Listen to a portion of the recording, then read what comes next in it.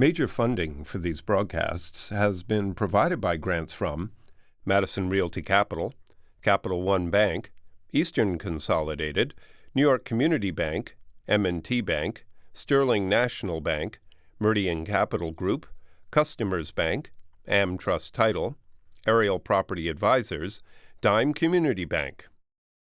Additional funding has been provided by AVR Realty Company, Bank of America Merrill Lynch, Briarwood Organization, CBRE, Chase Commercial Term Lending, Chase Mortgage Lending, Citizens Bank, CPEX Real Estate Services, Colliers International NYC, Collins Building Services, Douglaston Development, Levine Builders, Flushing Bank, Friedman LLP, Handler Real Estate Organization, Handro Properties, Hodges Ward Elliott, Inc., Investors Bank, James D. Kuhn Real Estate Institute at Syracuse University, Kilroy Architectural Windows, Matone Group, Mercantile Bank, New Banks, Newmark Knight Frank, Optimum Window Manufacturing Corp., People's United Bank, Rockefeller Group, Rosewood Realty Group, SJP Properties, Stonehenge NYC, TD Bank,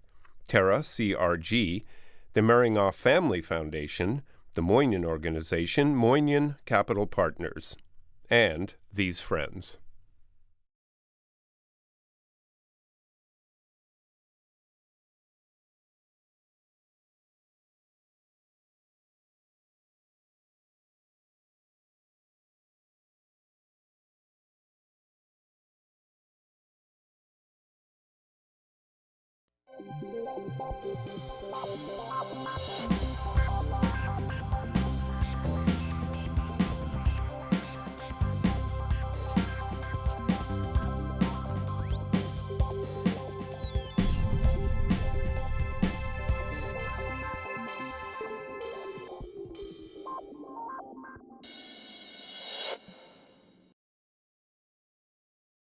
Oh, crystal ball, oh, crystal apple. When will they approve cannabis in the U.S.? It was 1921 that they implemented prohibition. 1932, it took 11 years. It was 1937 when they said no more use of cannabis or marijuana. Is 2018 the year? We'll find out in a little while, because today I have this distinguished group of investors, advisors, and people who are involved with the cannabis business. My guests include Gene Sullivan, who is the co-founder and a partner at Arcview Ventures. Elan Bankier, who is a partner and founder of New York Angels. And last but not least, Major Gifts Director at the Marijuana Policy Project. Yes. So how do you people get involved with the cannabis business? What happened for me is in 2014, New York State passed the Compassionate Care Act, and I became involved with some of the first licensees applying to become a license holder in this regulated marketplace. And in New York, it's different than most states. We're fully vertical. You get to grow, extract, and each license holder gets 4 dispensaries. And the dispensaries are anywhere in the state? They were well orchestrated by the Department of Health, which is the body in New York State that's calling a lot of the audibles regarding Now, it. isn't it interesting that you were a venture capitalist, and it's been written that you left SAS and you went to GRASS? My famous line is, I've gone from SAS to GRASS, SAS standing for Software as a Service, but I must share that it was really the social justice issues that had me take a hard look. But then I saw the economic opportunity, having been a venture capitalist for more than 25 years. Speaking about venture capitalists, we have another one over here. How do you get involved with this business? Well, I'm not really a venture capitalist. I'm more an angel investor, the difference being that we come in much earlier with our own money compared to venture capitalists that come in usually later on with money that they've raised. But I started out doing investment banking, then I got into restructuring companies and operating them. And after I sold my company, where I was an investor and the co-CEO, Manischewitz, in 2013, I was looking around at what else I was going to do, and I thought somebody mentioned to me that I should look at the cannabis industry, which I'd been completely oblivious of. And so I went to California, and it was amazing. Then I went to Colorado, and I said, this is what I'm going to do. And I thought I was going to just be investing in it just like any other vertical. But I got sucked into it, and it is so fascinating on so many levels, on the economic level, social level, political level, philosophical level, that it just sucks you in, and it just became 150% of my time. And a young horticulturist, okay, who's been involved. How do you get involved? You said a family story. Yeah, it is. I am not an investor. I'm an advocate. You're an advocate. But I work with many investors in the cannabis space. Right. The group that I work for is called the Marijuana Policy Project. And our mission is to end the prohibition of marijuana in the U.S. I got involved as a donor first. My father had cancer and was using marijuana medicinally. You know, palliative care was not it helped him eat and, you know, be able to spend some quality time with family before he died. And right around that time, I read an article in the New York Times about the Marijuana Policy Project, so I made a donation. And then a few years later, they were looking for someone to raise money here in New York, and I live here. And I said, you know, hey, let's try. And now, almost 10 years later. So why do we only have 29 states who approve this, 9 medically? We have, you know, why? And our neighbors in Canada, it's like open season, right? You were saying that it's going to be approved in Canada. Well, I mean, the reason is because, you know, especially our organization, we take a states' rights approach, and, you know, we believe, and that's, you know, how this country really came into being, right? The idea was that each state could determine its own laws and its own culture, and then ultimately be, you know, certain sets of laws were overseen by the federal government. It's similar in a way to, you know, the situation in gambling, okay? Nevada was the first state, then they opened up others, okay, and then there are certain cities within states, you know, Detroit to help the economy over there. How do we see this taking effect in the U.S.? No, here's what you may wish to know, Michael, that I found fascinating as I did my early research to understand the marketplace. You see, the western states, and the reason that they became well ahead of the eastern states, are because they have ballot initiatives whereby the people of the state voted to allow adult use in their states or medical. But on the East Coast, we are mostly legislatively bound. And so the very first state that allowed a ballot initiative was the Commonwealth of Massachusetts, which has its own wonderful story that it's heading toward adult use this year, 2018. But the rest of the states, certainly including New York State, is by the legislature. We don't even have the right to do a ballot initiative in our state. Just want to add one thing. Cannabis, nothing like gambling. Cannabis has a very a medical and a very helpful life-enhancing quality that I don't think gambling does. And the fact is that all over the United States, people are using cannabis in one way or another, in states where it's legal, in states where it's not legal. And you know, through these initiatives that Gene was talking about, the people obviously on the California and on the West Coast took it in their hands to bring about legalization of something that has no reason not to be legal. Now, you brought up something interesting in the green room that people don't realize with the federal taxation on the gross profits. Right, 280E. Explain what that is. Well, 280E is a tax system that was put in not specifically against cannabis, but it was put in as a way to catch and hamper people that are dealing in illegal drugs. So basically Schedule I drugs, like heroin. And so basically it is a tax on your gross profit. So if you're in business, you basically sell something, revenue, and then you have your cost of goods sold, which is what your things cost, and then it leaves you a gross profit in any business. And so the 280E, you're taxed as on your gross profit as if that was your income. So you don't have the benefit of all the other businesses that you can deduct all the other operating costs. What happens over here in New York is, you were explaining, Jeannie was explaining, we're a vertical situation. So the company manufactures it, they produce it, they could have gross profit in That's different... not just here in New York, though. That's all over. Standard model for Right. medical marijuana. And so that's an excellent point that you're making, because when you are vertically integrated like that, you can sort of manipulate things a little bit.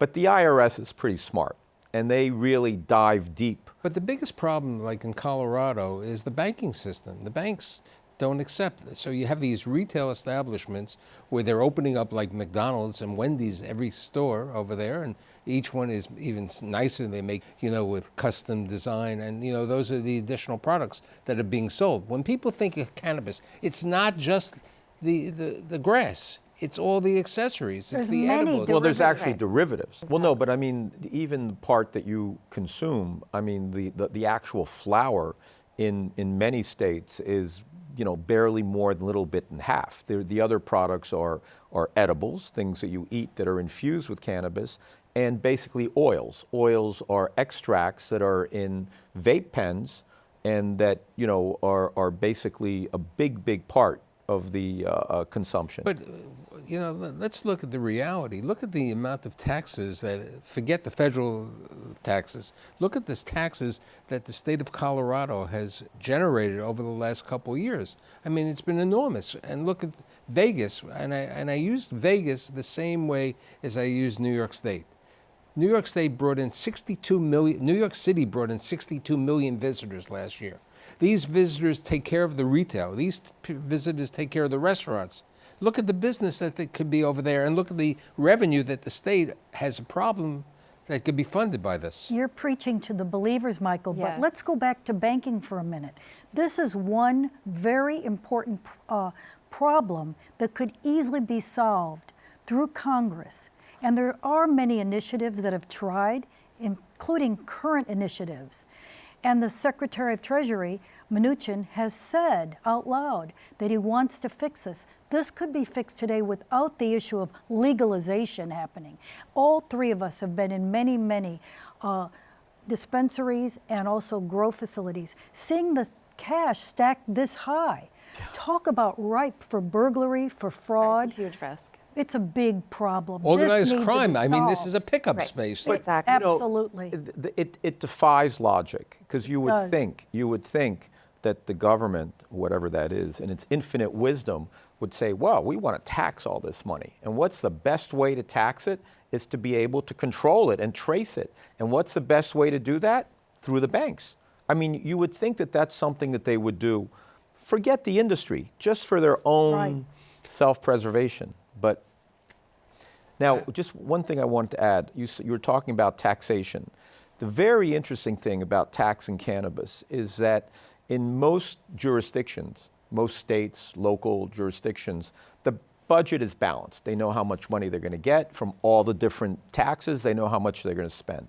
All of a sudden, you're getting this new income stream that is completely incremental and that nobody is resisting. Look at the surplus. So Right. it's a fantastic way for states to raise money, which is why many of them are doing it. In Nevada, they went from voting on it in November, where it became adult use legal, to literally barely 7 months later in July of 2017, opening dispensaries. Right. And the governor was pushing it because the minute it became legal, he already had it built into his budget. Right.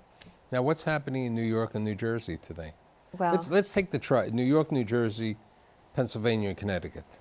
Yeah, well, we can take So them, but we they're can- all different. Yeah, they are. Well, and this is dramatically the different. key. First, go back to Colorado. You brought up Colorado and the surplus. When the model for that state was set up, their excise taxes were, put in there to benefit schools and infrastructure projects. This is a national problem. That's not just Colorado. So bringing it back to the East Coast now, all of those states you just mentioned have different models for medical marijuana. None of them yet for, fully legal marijuana. Only Massachusetts. I mean, if you look at is on that the level. there's the problem that they want to build the rail the tunnel Right. for New York and New Jersey, okay? If you look at the revenues that could be generated from the system, It's true. okay, and the job creations over there, I mean, you're looking at, with what, 6 facilities in New York, there's enough jobs that have been created all of a sudden for the legalized medical marijuana, okay? No, in New York? In- No, for medical, we're still medical only here. No, in New I York know, State. for the medical, but I'm saying,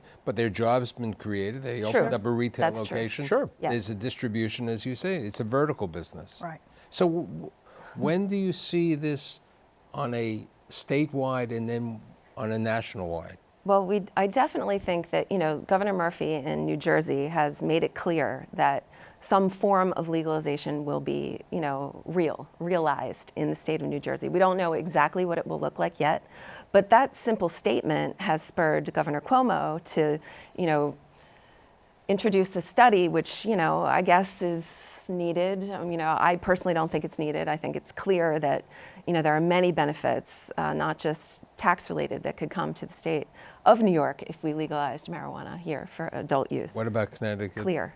Connecticut also, it looks likely maybe, could be this year.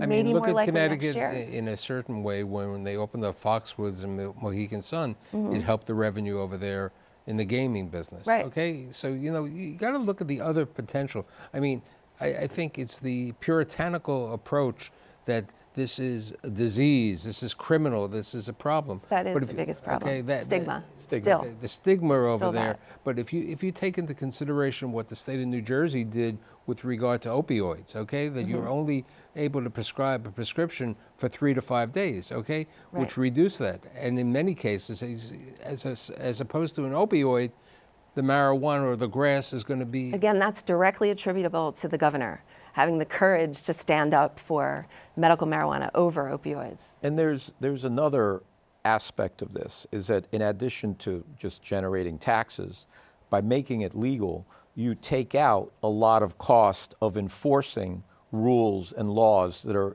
virtually impossible to enforce.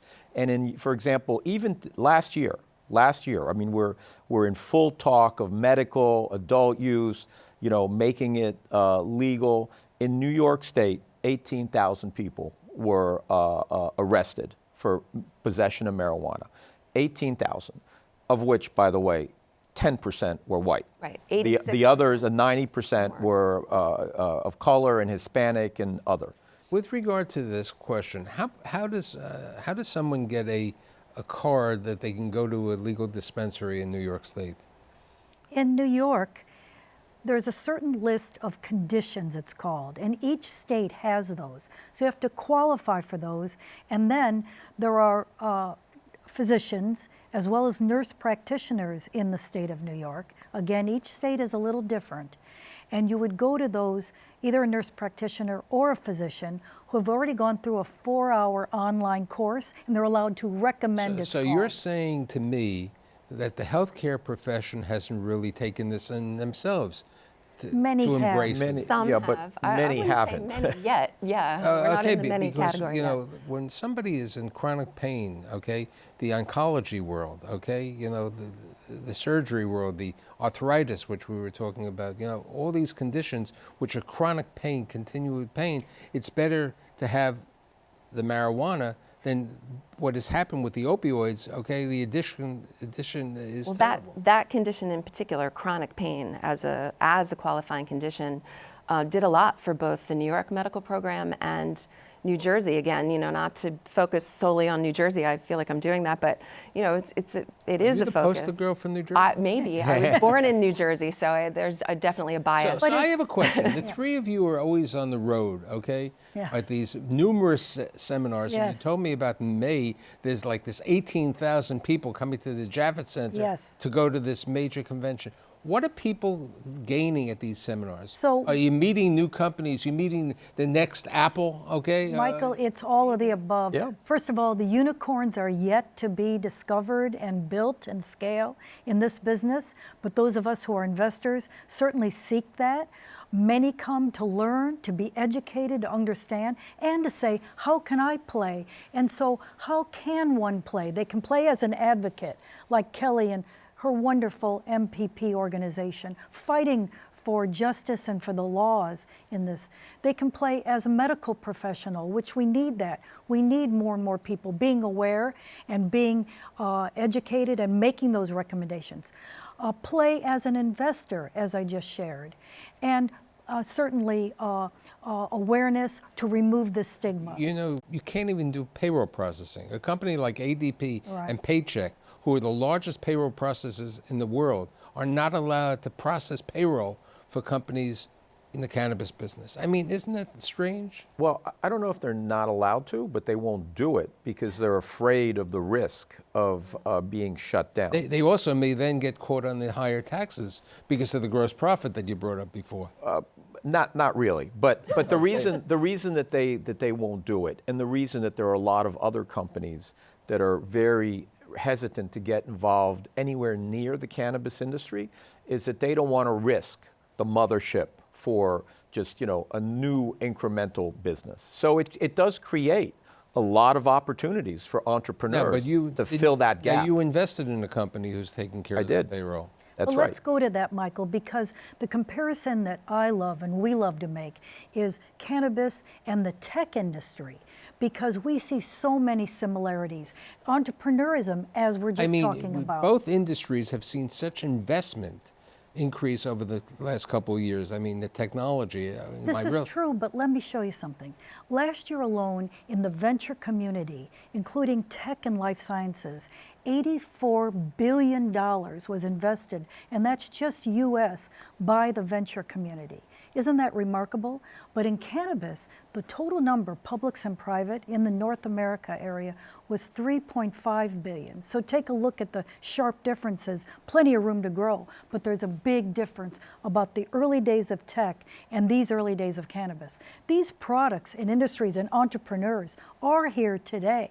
In tech, we all wondered, what is this thing called the internet? I mean, what's going to happen? He's been an angel investor for years, okay? Indeed. So what happens is it's the growth, it's the embryo growing to different areas of it now. Well, we're excited to see this entrepreneurism thrive, and that is what's happening. So here's the question. How do you make the decision on the right entrepreneur? How do you bet on the right horsey? Well, that's the big question. And you know, every investor kind of has his own or her own way of analyzing things. What I look at, which is super important for me, which is sort of classic, but I really, every time I've deviated from this, it's come back to bite me in the butt, it's the management. And in this industry, that's a very, very tall order, because a lot of entrepreneurs simply don't have the in-depth business experience. One of the things that I look at are finding people that are going into the cannabis business that have already done similar things and hopefully been successful in similar industries outside of the cannabis industry.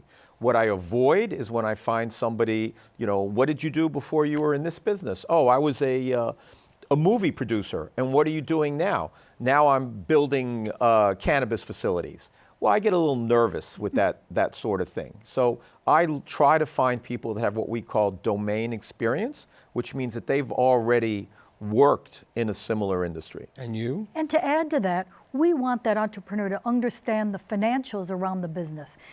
How much capital will be required to build to scale? How much capital to get to break even? Does he or she understand even those numbers? Is the valuation appropriate? We don't want to see sky high in the bubble valuations for an early stage company. So that again turns on that CEO. So here's my question. Are these companies, the new cannabis companies or allied related companies, supporting your efforts? I'm so glad you asked that question, because I was going to interject and say the other thing you want is, you know, anyone getting involved to advocate not just for their own business, but to end prohibition. You want to end Period. prohibition. Yes. Right. More than that, we are standing on the shoulders of organizations like the Marijuana Policy Project, the NCIA, which is the trade association for this, and others, the DPA, Drug Policy Alliance. Is it too late for an investor or an individual to get involved with the cannabis Good news, business? not too late. I say it's top of the second inning. Whoa. Yes. You've moved ahead. I have. Really? You gone that Top far? of the second. Second, Oh top my So we're God. not in the seventh inning, as people Oh, ask me no. on my real estate. Oh, no. Oh, no. No, it's still, It's early.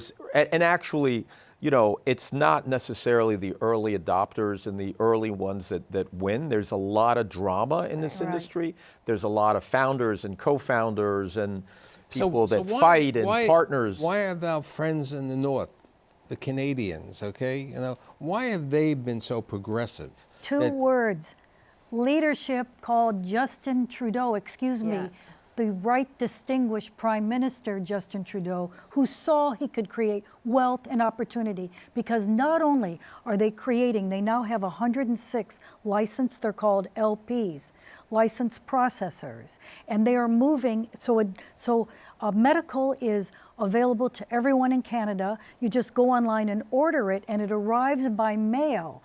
Do you like that?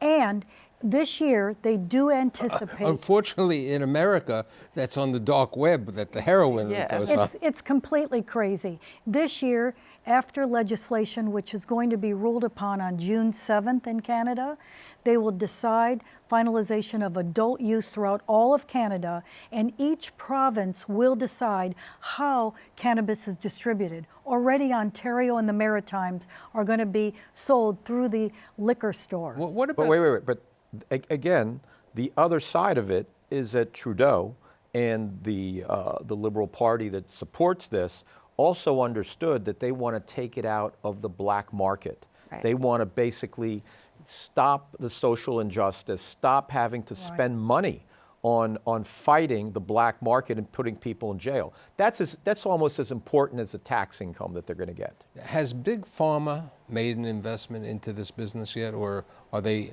worried about the stigma, or are they worried about that it'll have an effect on them in general? So a little while ago, a company that's not Big Pharma, but I'm going to get to Big Pharma, called Constellation Brands, made big public company that is involved in alcohol producing, importing, and distribution, made an investment in the leading Canadian LP, which is called Canopy Growth. They invested $200 million in Canopy Growth. And all of a sudden, you have a major public company investing in a cannabis major public company. That's sort of like everybody that had work, that was like doing work somewhere in secret in their companies, it all came up. It became the conversation for every board in the pharma business, in the alcohol business, in the tobacco business. Now, the only one, you know, they recently had the Berkshire Hathaway thing is that, you know, Warren Buffett hasn't made his commitment. But if he would have made a financial incentive in one of these companies, he may own part of Constellation Brands. He might. Okay, in the same way he as very well could. So let me share, both Alan and I were just in Israel speaking at Canatech, which is a major science and business conference. Very exciting, because the center of research is in Israel. So we met just amazing scientists and business. And we met the person who did that Constellation Brands. And you know what he explained? That they are the largest big alcohol company that has all the lines. Spirits, beer, and wine. So why not add the fourth category? Right, and you, as you just stated, that in Canada, when it's going to be approved, it's going to be sold in the liquor stores. Indeed. Okay, which is probably the perfect place, because at least there's regulation and they follow a procedure. You know, they're in that business. I mean, you go to Colorado, where my son lives. If I want to buy a bottle of wine in a liquor store, I have to show my proof of age. You have to be 21 to get in any of these medical dispensaries. We want this business regulated for that reason. We don't want to eat, drink, or vape products that were grown with pesticides. We want taxation. So to talk about cannabis and everything in 28 minutes is impossible. So I promise you, when we start the 18th season in September, I will have all of you back to continue to see if anything is progressing and that my apple may be shinier, okay?